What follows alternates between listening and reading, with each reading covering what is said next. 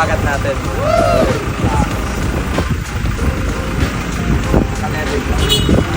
Naka-leather na siya. Pero may free na seat cover. Yung tela. Pero siguro mas maganda yung leather na para may lining na kulay orange. Pag top of the line pala, ang pinagkaiba nila, may lining na kulay orange. Tapos pag yung mga hindi top of the line, walang ganito. Tapos yung yun nga, nabili natin may decals. Kasi na-excite tayo. Ito yung decals. Ito rin yung sa ato. Masyado mahaba. Yan. Ito. Ginawa natin automatic. Automatic yung ginawa natin. Automatic siya. Ito yun. Ito yung susunod. Wow!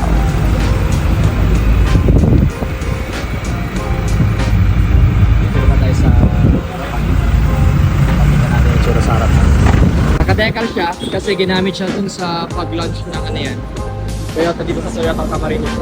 Ginamit siya nung pag-launch kahapon, December 3. Na nga guys, nakuha na natin yung unit. Sobrang na-excite lang talagang makuha ng unit kasi ito yung display nila kahapon dun sa launch ng ano yan, Tamaraw, Toyota Tamaraw. So hindi na natin pinakawalan kasi gusto na nga natin makuha yung unit.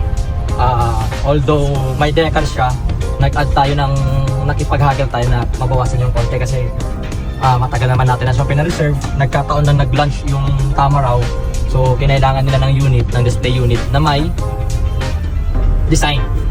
So ngayon papakita ko sa inyo kung anong itsura nung decals niya mamaya. So magkakaroon tayo ng maikling montage, tapos quick review lang ngayon habang while driving kung ano siya, kung kumusta naman siya. Maganda siya kasi yun nga, yung radio niya, ito na siya guys, touchscreen na siya, touchscreen na. So ito na siya, maganda na siya kasi touchscreen na siya eh. So yun ang kagandahan niya. Tapos Apple CarPlay na rin, Android, may Bluetooth na. So masasabi ko sa inyo ngayon, ang ganda kasi naka-box type siya. Alam mo yung parang nasa loob ka ng isang ano yan, yung FJ Cruiser na mga naka-box type. Hindi naman totally ganun, pero similar. Parang ganun yung feel mo, maki-feel mo. Yung aircon niya, ang lamig. Kasi syempre, bago eh. Pero yung takbo, napaka-smooth kasi ano siya eh. Yung makina niya, pang Toyota Hilux.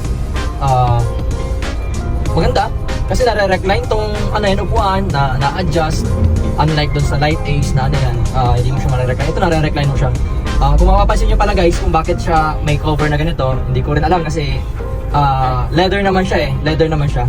Siguro tatanggalin ko tong gantong cover kasi mas maganda yung itim lang kasi naka-leather siya. Leather cover seat. So, yung pinagkaiba niya lang, napansin ko lang, yung mga pag top of the line pa lang ano yan, ang napansin ko lang guys, yung lining niya may kulay orange sa mga lining itong sakyan sa gilid ng pinto, may kulay orange. Unlike dun sa mga low variant, wala siyang kulay orange. So yun lang yung napansin ko. Tapos yung harapan niya, sobrang ganda guys, sobrang brusko. Kaya kung isa-set up niya ng malaking gulong, malaking mugs, ang ganda. Wala akong masasabi kasi yung alam mo yun, parang yung sa Raptor na malaki yung harapan. Ito mas pinabrusko siya. Ang laki, sobra. Itong sa comfortability niya. Comfortable siya kasi malawak yung loob. Maganda, as in maganda. Tapos yung takbo, ayan, nakakadaan kami ng mga medyo may rough road. Okay pa rin. Hindi siya ganun ka parang pangkaraniwang Hilux, yung pick-up na Hilux. Ganun lang. So bukas guys, ipipicture ko siya kung ano nasa labas niya. I-video ko siya, yung naunang video, ipapakita ko nung bago ko siya makuha kasi umuulan kanina eh. Umaambon kanina kaya hindi ako gano'n nakapag video. Pero may ipapakita ko sa inyo short video. Yung labas, yung loob. Kaya sa ngayon guys, yun lang. Update ko kayo kung anong mga babaguhin, anong mga ilalagay na accessories. So yun lang guys. Salamat. Hey.